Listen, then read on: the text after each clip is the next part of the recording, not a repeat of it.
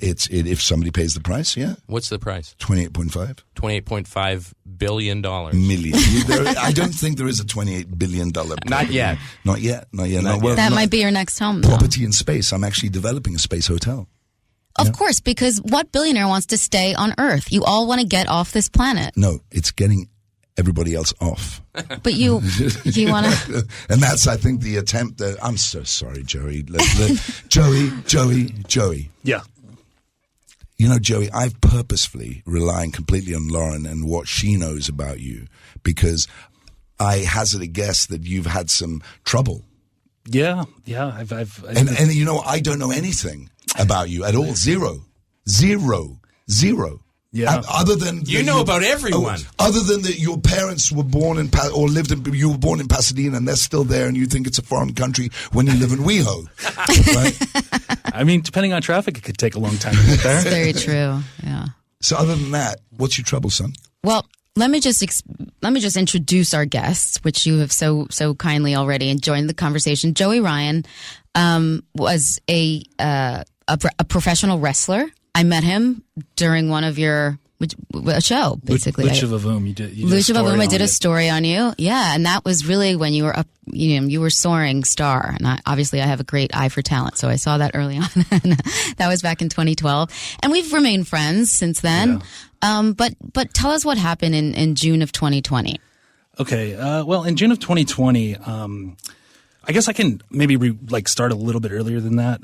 And I was married. I went through a separation and a divorce, and I kind of. How old are you? I'm 41. Okay. So I went through a separation and divorce, and instead of grieving the divorce, I decided to act out and just sleep around and just use women and become basically a womanizer to hide my depression and to mask my depression. And then in June 2020.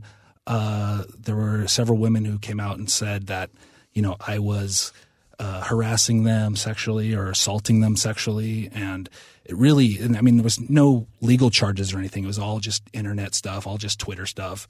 And it really devastated me, because, in my head, I'm like, wait a minute, all this stuff, all this stuff is consensual, unless I'm crazy and I don't know what it, I literally thought I was going mad because I was like, no, I remember this with you and I remember this with you. And it was all consensual. And so for a while, I was suicidal. I was really depressed, got on antidepressants and yeah, it just wasn't a fun time. It's still working on it. And you're still paying a price, right? For these allegations that, again, there's been no legal charges against you. These were just allegations that. Correct. It's so, So imagine if you had legal charges, right? And those same people making your accusations were now working with lawyers who are equally as mentally challenged, perhaps, or maybe they're just plain criminal and greedy, and abusing a rather abusable system. Maybe, is that coming? No, in fact, so I don't think legal charges are coming because let's get it different. There's criminal charges and then there is Mickey Mouse civil court complaints that cause damage. Nothing coming my way of the sort.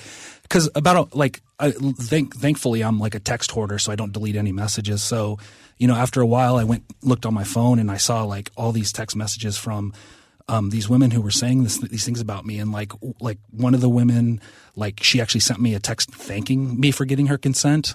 Another woman from the day after until probably 4 months later was trying to see me again, and she was offering me threesomes with her friends and even her boyfriend, and there's all these different there's all these different holes in their stories. The stories weren't fake. But so to be clear, besides these text messages, even did any of these women complain to you, even verbally, that they didn't appreciate what went on the night before or anything like that? Did you get any kind of feeling like, she's not happy or something went down that shouldn't have?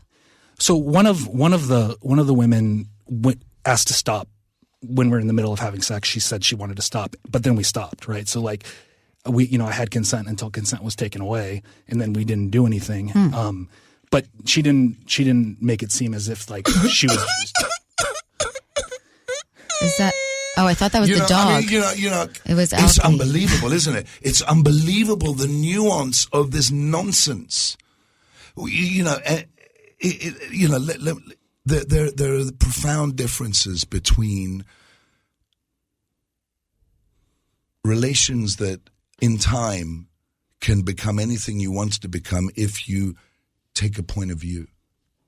Right. And what I mean by that is that one of the things that I think Alan and Lauren, you probably discovered that witness testimony these days is not relied on very much. Witness testimony is completely, subjective, right? Yeah. That's the idea. Yeah. Right. It's But Well, sometimes because these cases are a lot of he said, she said. So how do you prove something out like that? But let's be really clear.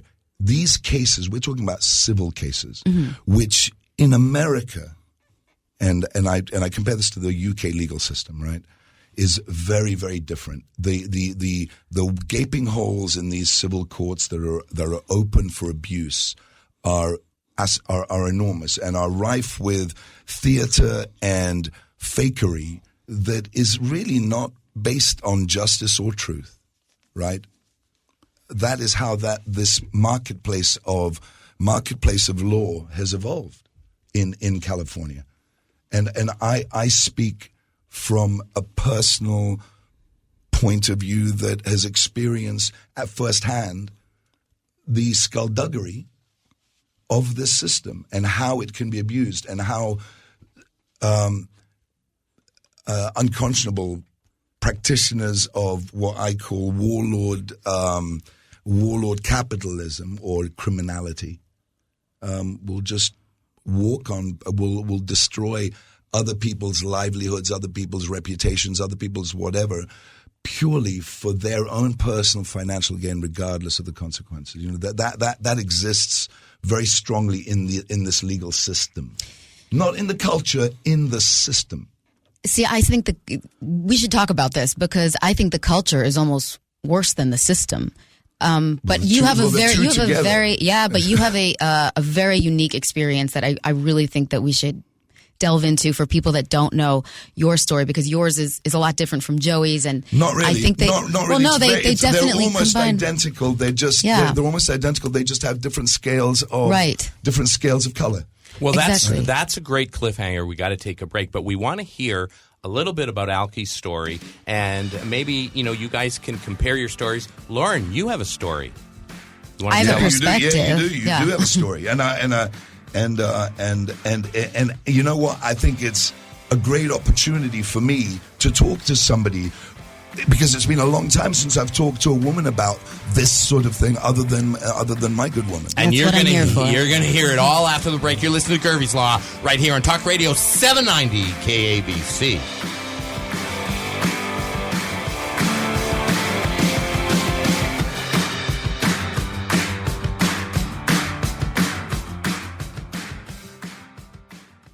You're listening to Gervie's Law, the intersection of law and life, on Talk Radio 790 KABC. Yeah, you're listening to Gervie's Law right here on Talk Radio 790 KABC. We have Lauren Sivan, Alky David, and Joey Ryan. This is important stuff. Lauren? What's your wrestling name, Joey? It's Joey Ryan. Oh. Yeah. That's very exotic. It's my first and middle name. Didn't get too creative with it. It's Joey Ryan. There you go. Yeah, you got it. You got it down. Easy to yell. I did want to mention something that we talked about in the Who did it, Joey Ryan? Who did what? Anything. No, I want to mention it because we talked about witnesses and so when so there was no charges against me. There was no police investigation. The company that I worked for, they fired me via email. Any legal investigation? Any lawyers turn up? Nothing. Okay. So the company that I was working for fired me via email 2 days later, which breaches my contract with them. I think they thought maybe there would be legal charges, and there wasn't. Mm-hmm. So I do have a lawsuit against them for a wrongful termination because in my contract it guarantees an investigation period, which I wasn't granted. And also I all the stuff that happened to me happened before I signed a contract with them, and you can't breach a contract before you sign a contract. But also I was like, okay, if there's not going to be an investigation, then the narrative's going to be that I assaulted all these people. And so I decided to get a lawyer myself. And well, initially I have a friend who's a criminal attorney, and he said, is there anything that, you need my help for? And I said, there's no charges. No one's going to the police. And then I showed him the text messages I had, and he said, you might want to look into a defamation attorney because these are very damning text messages for these accusations. They contradict a lot of the stories that are being told. And so I went through, I hired a lawyer. I filed lawsuits against, and I didn't file lawsuits against 12 people or a dozen people that accused me. It was just, like I said, like there was 12 or so accusations, maybe a little bit more. But only 4 of those had any kind of physical intimacy, and only 2 of those were sexual intercourse. And some people were just like, oh, he flirted with me, so he must have wanted to do this to me too. And then the way mob mentality works is like, okay, there's another one. Like you were sexually assaulted by him, but like it's somebody I never touched. But Joey, what were the accusations that you did not get consent? What were they accusing you of? So 2 people used the word sexual assault, but they didn't get into details. They just said we were, in this hotel room together, and he sexually assaulted me. They didn't get to details. I'm not a lawyer, but wouldn't that mean rape? That's what you would assume. So that's why I hired a defamation attorney, because I didn't want the narrative to be that I got accused and I didn't do anything about it. Right. And then so I went through this whole legal process and actually found out, one of the accusers said that I blocked the doorway so that she couldn't get out. But then there was a witness that walked in on us, and that witness was willing to testify that what they saw was consensual, and that the girl made no attempt to leave or ask for help or anything. And when I got to the California court system, I was told that the evidence doesn't matter, the witness doesn't matter, because I can't prove that she knowingly made a false statement, which is required for defamation. So even if I have evidence that shows that she lied. Well, Joey, defamation in America is really hard anyway. It Yeah. doesn't matter about, Joey and this girl. That's, to even contemplate the idea of a defamation lawsuit is such a shot in the dark. Yeah. And my attorney told me that when we filed them. He said it's hard. So even though there was evidence, even though there was a witness, I was told that we can't prove that she knowingly made a false statement. We can't prove that what she says she doesn't believe. So democracy is really being challenged now in media, in the world of media is being challenged heavily. And that boils down to sort of very similar principles of truth versus truth, right? Yeah. Absolutely. I mean, that's the world that we live in right now, where you can't argue with, quote unquote, someone's truth, right? If that's what they say happened and that's what they believe, then you're arguing with their truth, which is a really sticky situation. And here's the irony is that what you believe can change. Yes, correct. And it can change and it can be controlled by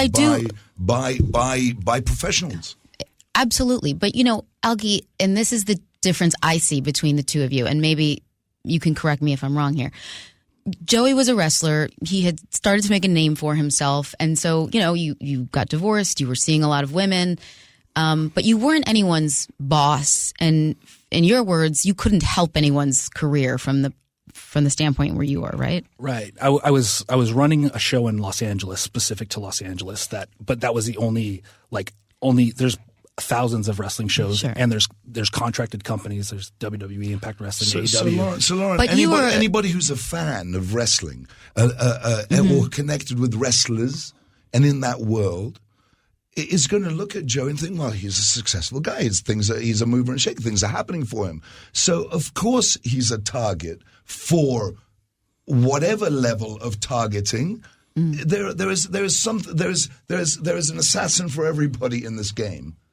Is my point. Yeah, I just wanted to point out, when you're in a position of power, for example, if you're someone's employer or if you could make or break someone's career, I think in those cases, perhaps consent can be sticky because someone doesn't want to piss off their boss. Someone doesn't, someone wants to excel at their job, or they want to get the job, or whatever it is. So in those situations, you do kind of have to look at the balance of power. And also the workplace. Sure. And also the culture. The cultural values. Absolutely. The cultural values of that time. Right? I mean, I have 0 employees. So, and it's I'm sure we all know who Vince McMahon is, and even he has people that he doesn't like and hates, and they still get work wrestling other places. And Vince McMahon is obviously like the head of the industry, and there's people that he doesn't employ for his company and has blacklisted them from his company, but they still get work other places. So it's not as though wrestling is so like there's work everywhere. It's not about the wrestling, is what you're saying. Yeah. This is about reputation. One of my accusers, who was claiming at the time that she was so bereft from having been fired and whatever it was that she was complaining about, but she was so emotionally overwhelmed, was at the time actually wrestling at the Playboy Mansion. Oh, wow. And that all came out. So that was the lady, Elizabeth Taylor, represented by Lisa Bloom, where the jury, despite the environment of what it was, which was a full-on Me Too movement at the time, despite all of that, the jury still believed that there was a fraud going on, and the case was dismissed 8-4 in my favor. And I was representing myself in that time. So that was the tip of the tip of the. Right. So that was my next question, because when someone came forward accusing you, did all of a sudden other people come out of the woodwork because they saw you? Look, the way this happened, the way the story happened is that I separated also, oddly enough, from my wife at the time, and I was hit on by a girl who I ended up having an affair with, who I then I didn't have an affair, actually. I was separated. I wasn't having an affair with anybody. I was separated from my wife at the time. So, and then so she started dating a guy that I had fired and had sued for stealing, and then she ended up accusing me of rape in a private settlement. In a private settlement, completely private, right? And I settled that because I was in the throes of divorce and in the throes of litigation, and so it was a hard time for me and then to have accusations on top that were lies, complete lies created to let me finish the story. So this agreement, the sealed agreement, was leaked to this Elizabeth Taylor girl and this Chastity Jones, who were employees at the time. They were hired as salespeople.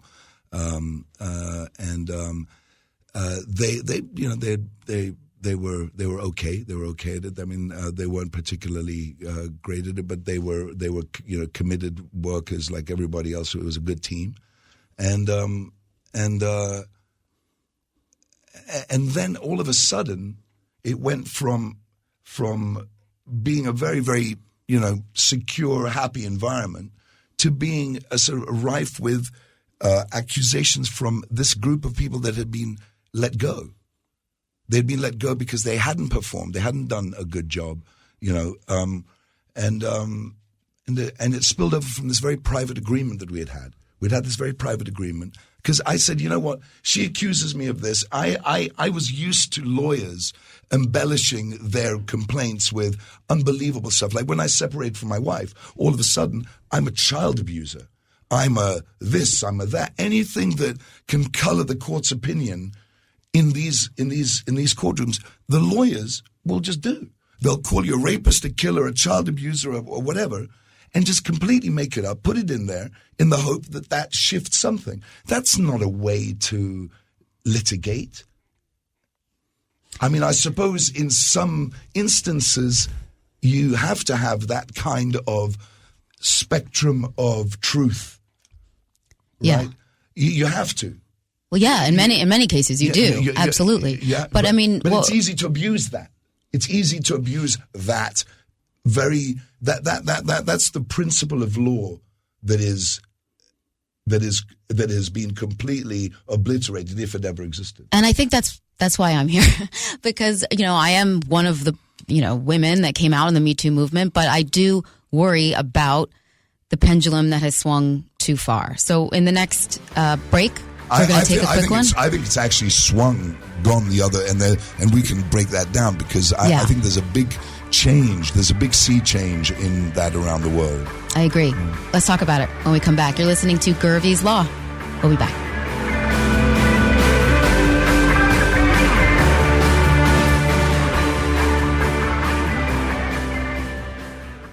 The glass is always half full when you're listening to Gervie's Law on Talk Radio 790 KABC. You know what's so fascinating? Sitting here as a lawyer, a real live lawyer, that's me, Alan Gervie, listening to lay people talking about the law and doing such an incredible job of understanding what lawyers are about. Slime buckets. You don't want to step in. Listen, there are some very fine lawyers and human beings. Fine, but there are some people with great intentions, amazing intentions, who evolve the law to be. Listen, lawyers get into the gig because they have egos, and then it just gets worse. Every day of my life, I'm listening to lies from other lawyers. I can't stand it. You just sit there and people, they don't care. They sell their soul to bill a client, and it's wrong. Wow. I actually really liked my defamation attorney, but he was not cheap. Well, let me. He's in your corner as well. He's also in my corner. That's the fact. We all like our lawyers. My clients love me every day. They love me. I'm saying it's the other lawyers. It's not about your lawyer who's protecting your rights. It's not about me. Well, sometimes, very often it is. I mean, Lisa Bloom, for example, has been sued countless of times by her clients, and particularly recently the physically challenged children that sued her for stealing their money. I mean, these lawyers that steal. Well, let's not forget she also tried to represent Weinstein early on when she thought he was innocent. You have a Weinstein story. Yeah, I mean, I'm one of the women that came out with a story against him and didn't file any charges. And he told me you're the potted plant. I'm the lady. potted. Yeah, I mean, unfortunately, that is who I am now. Alan, what does that mean? Alan, you tell the story great. You tell the story great. I was not there. All I know is that apparently there was a pot that needed watering, and it didn't get water. I'll put it that way. Oh wow, there's some insight. Yeah. It was unfortunate. But they were trying to water. What kind of plant was it? Did you I don't know. It was a dark hallway. I wanted to know. Maybe a ficus? I don't know. So it was dark. Yeah, it was a dark, empty kitchen, like a hallway in between the kitchen. The plant was dark. Oh, I don't know. Did you see the person who actually was doing that? Harvey? You said it was a dark. How do you know it was Harvey? Because it was Harvey that dragged me down the stairs. I mean, are you asking if This is like an episode right out of Ironside right now. How did you know if it was dark? You just said, Lauren, that it was a dark You said it was a dark kitchen. room. No, that you I said couldn't see How do you know it wasn't one of the chefs? Yeah, you see where this is going? Yeah. It was Harvey? He took you down there? I am. Harvey's not. Yes. He's hard to miss. I could tell by his voice, and I could tell by his girth. His girth? And, what about anything else that looked familiar? Yeah, I mean, there wasn't. Let me ask you, Lauren. What? What's happened to Harvey Weinstein, right? Yeah. I mean, I've been in the entertainment business a long time, right? So, of course, you hear the stories too, right? Yeah. Do you think, I don't know, and I'm asking you this because I don't know. Mm-hmm. I know people who know him. I never knew Harvey, so I never had, I met him once, twice passing. Same, once. Right. So, do you believe that what's happened to him over time, the way it's happened to him, is deserved? Yes. In his case, absolutely deserve it. Okay. Absolutely deserve it. And this is coming from someone who's just, met now over 100 women who have very, very similar stories. Some were traumatized worse than others. Some, lost their careers, left acting, like all these things that were fallout from him, were blacklisted all over the, I was lucky in the sense that I'm not an actress. I wasn't trying to get a job from him. I mean, he was a stranger that I met in a restaurant. It was just by chance that I ran into him, not because I had a meeting with him or because I was trying to get anything. Yeah. Really? So after that night or during that night, I thought to myself, if this happened to me, just think how many other women he does this to. Completely randomly? You didn't know each other? Completely randomly. Walked up to me in a restaurant. I just happened to be sitting at a table where he knew someone. And that's how it all started. So I wasn't in Hollywood. I was living in New York City. I was a local reporter. That's pretty messed up. So when you see something like that happen, Lauren, how much time elapsed between when he met you and when you were in the kitchen? An hour. That's it? An hour and a half. Yeah, he chatted me up for like 45 hours. Wow. Very, very warm, very kind, no red flags, like very complimentary about, you're a news reporter and I love the news. We both love history and we're talking about presidential history and, really a great conversation. One of those conversations where you're like, wow, I really held my own with Harvey Weinstein and, you're feeling good about yourself. And then cut to, you're stuck in a kitchen and you're trying to get out and you're like, oh, how could I be so stupid? And it's like an hour later? How is that possible? Yeah, it was an hour later. That guy must have balls. Well, he's done this before. He's a charmer, and he'll say, he's like, oh, you've never been to this restaurant? I own this restaurant. You have to see the you have to see the downstairs kitchen. You have to see the club we're building. You have to see this. And he acts like he's giving you a tour until you get down there and you realize you're alone in let me ask dark Alki, kitchen. because it's an interesting point you bring, and I'm not in that kind of position. You're in that kind of position. You've got a hell of a lot of money. Listen, billions. Time out. Hold on a second. I'm in that kind of position. We're talking about very, very normal sort of human relations that go on that are then exacerbated in the forum. But I'm saying, do you ever feel like you can use your money and your power like Harvey? I mean, how does a guy do that? I can't do that. Listen, no girl is good at it. But Alan, the problem was not that he did it. The problem was that I said I was not interested, and I said no multiple times, and he continued. Right. That's the problem. If I just went down there and I was interested in him, then there wouldn't be an issue. That's not the point. Right. I'm saying that exactly. What guy would just, when someone says I'm not You'd interested. Be surprised. You would be surprised. Look, somebody wielding power, as you say, right? Obviously will, because everybody wields power in one way or another. Yeah. Every human being at every part of society, we all wield or we're wielded on. It's the yin and the yang of relationships most often, right? This power struggle, whatever that relationship is.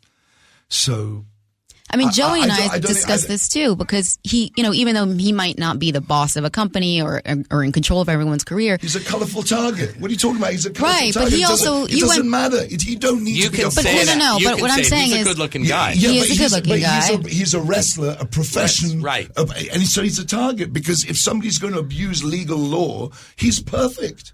But you even went back.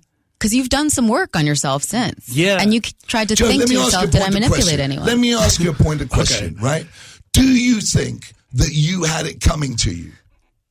You know what? That gets a little murky, and that goes into your question too.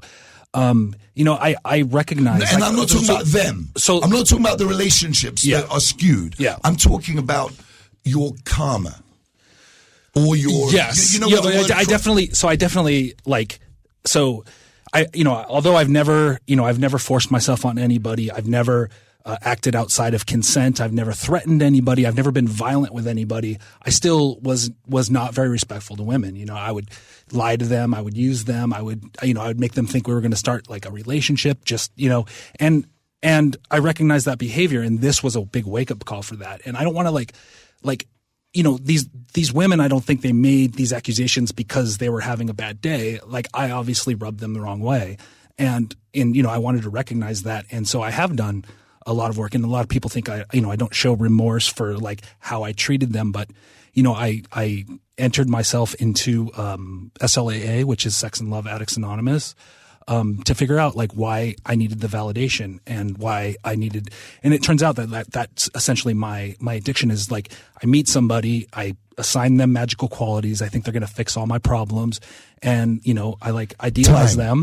This is, you know why it's, you know why it's, why? Because every man goes through, ladies and gentlemen. This is 101 being a human being. Okay, start that over again without the letter. We just beep it out. Just beep it out. Just beep it out. Okay.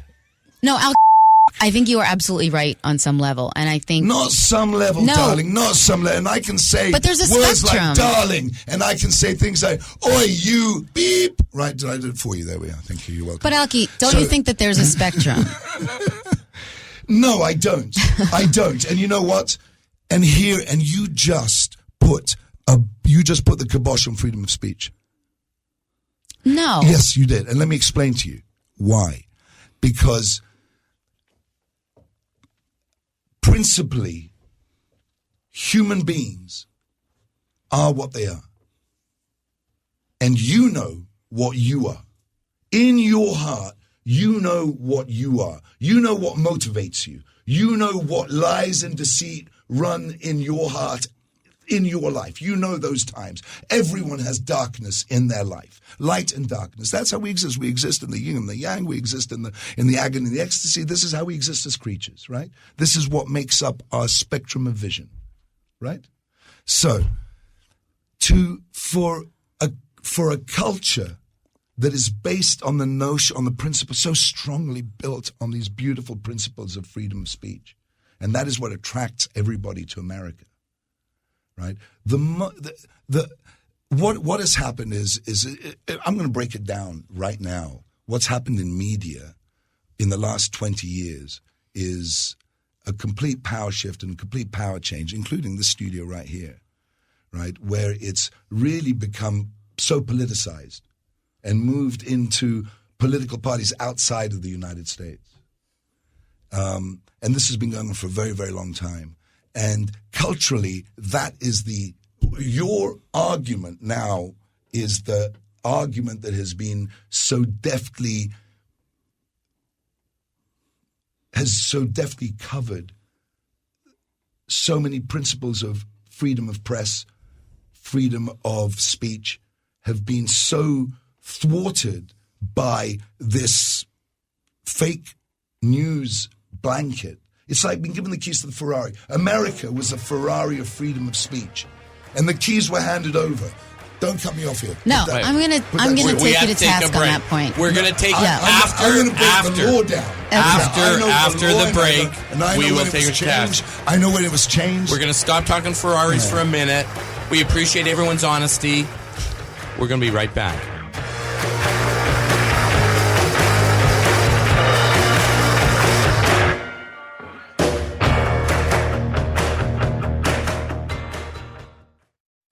Welcome back to Gervie's Law, turning Murphy's Law upside down on Talk Radio 790 KABC.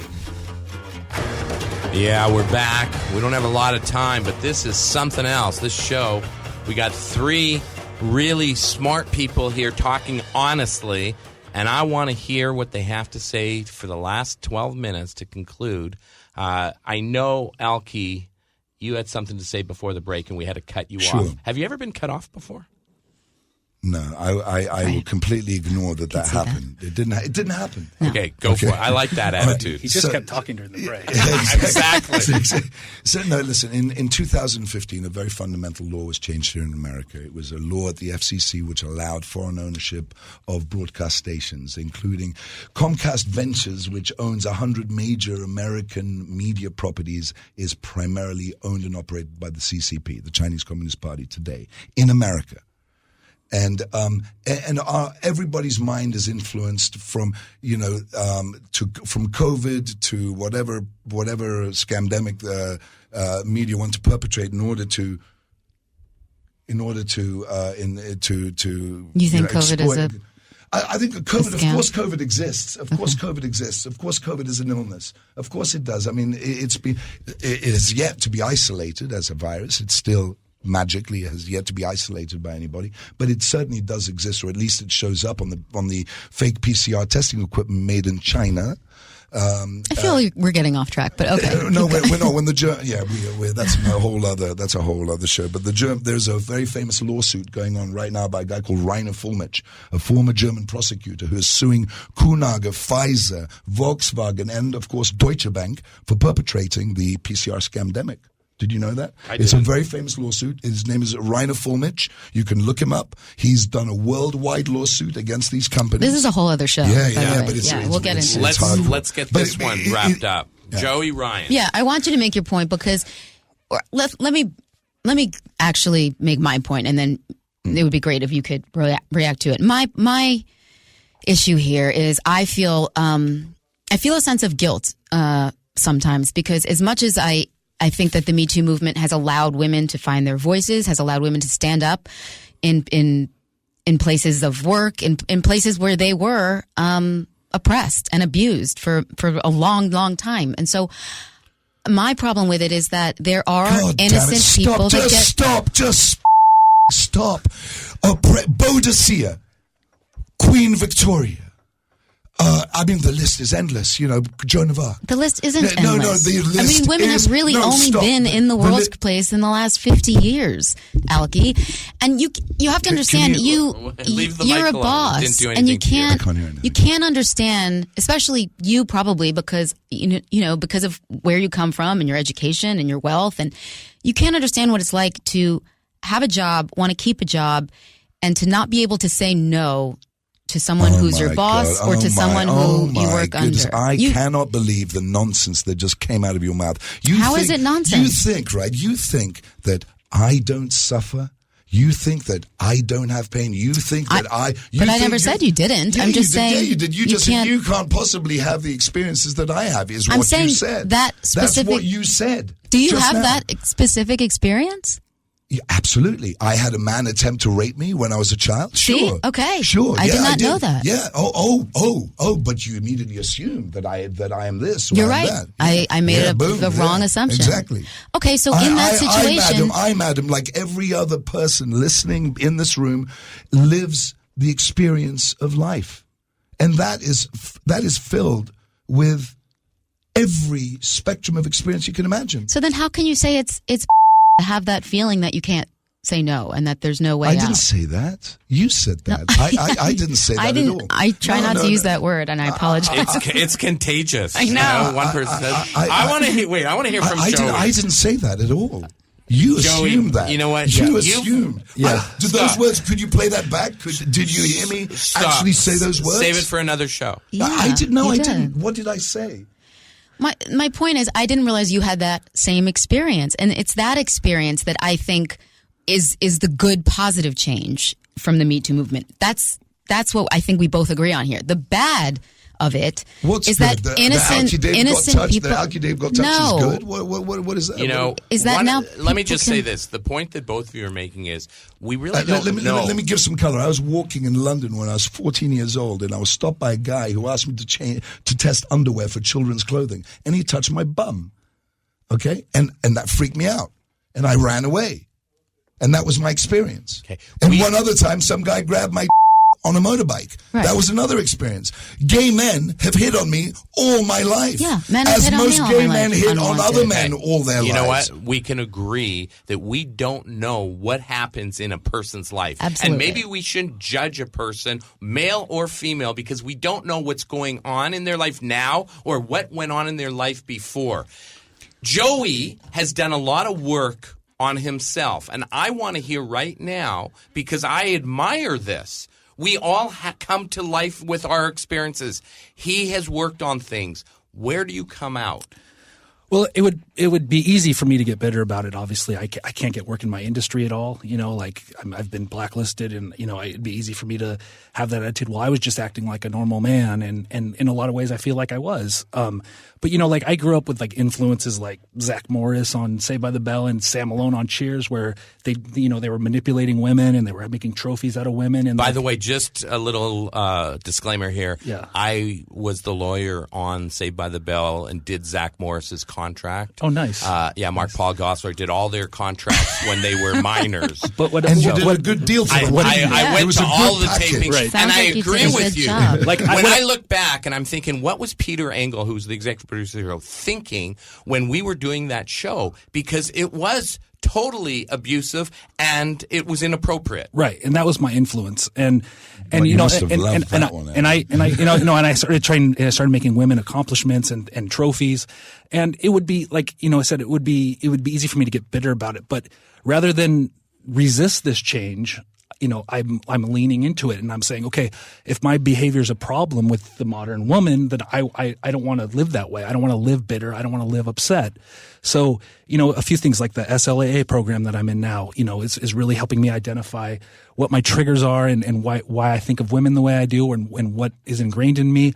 And also, there's someone in the Wrestling Hall of Fame. Her name is Molly Holly. Her real name's Nora. She reached out to me, and she was just an acquaintance, and she was just like, "Hey, I see what you're going through, and I want to connect you with a church in your area, that will be spiritual blessing to you." And so I started going back to church. I went to church as a child. I started going back to church, started looking at my spiritualness and reconnecting with God, and I just want to live a better version of myself. I don't want to live in shadows. These accusations actually are a little bit liberating to me because I don't have to walk around in shadows. Understanding ourselves. I mean, even the fact that Alki just said what he said about when he was a kid and these experiences come up, that is liberating. It's something that we all need to get in touch with and think about what our personal experiences have been and become a better person. My problem is, what is the road to redemption for men like Alki and Joey? His career was destroyed by just online accusations. I mean, it didn't even make it to the legal level. And I worry that many women just want to see you disappear and go and be canceled, and we never want to hear from you again. And that's not reality, and that's not a way forward. That's not a solution. And by the way, Lauren, not everyone can fight back like Alki exactly. can. I mean, he's fought back. Exactly. Not only is it unbelievably expensive to go all the way to the Supreme Court, which is where I'm going to take this matter if I need to. And I've been there twice before, once to the California Supreme Court and once to the Supreme Court in D.C. And the road to there is an expensive, but in this particular case, unbelievably challenging intellectually, emotionally. It reaches to every part of you. You challenge everything that you ever valued. Everything you ever valued. And my experience is that, for example, we were talking about the great women in history, right, and making those comparisons. Let me tell you something about the Muslim culture, which I've learned a lot about recently. Very quickly, we got to close. Right. A profoundly male-dominant culture. We think it's actually not. It's actually, the reality of it is that you go into those homes. The woman is the matriarch of the family, and believe me, you do not want to be in the wrath of a Muslim woman under the cultural values that are set. That's another show. We got to do that show.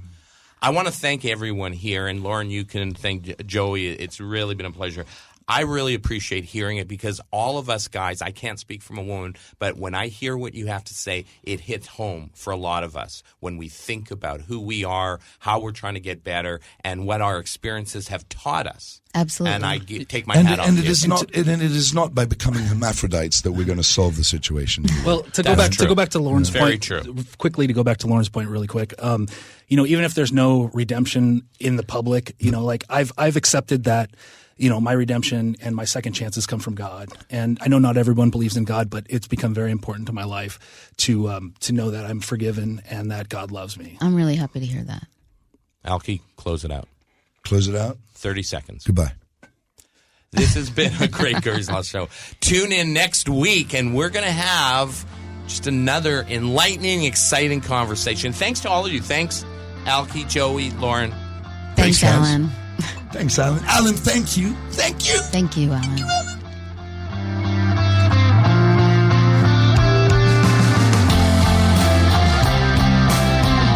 Need some legal, moral, or just common sense advice?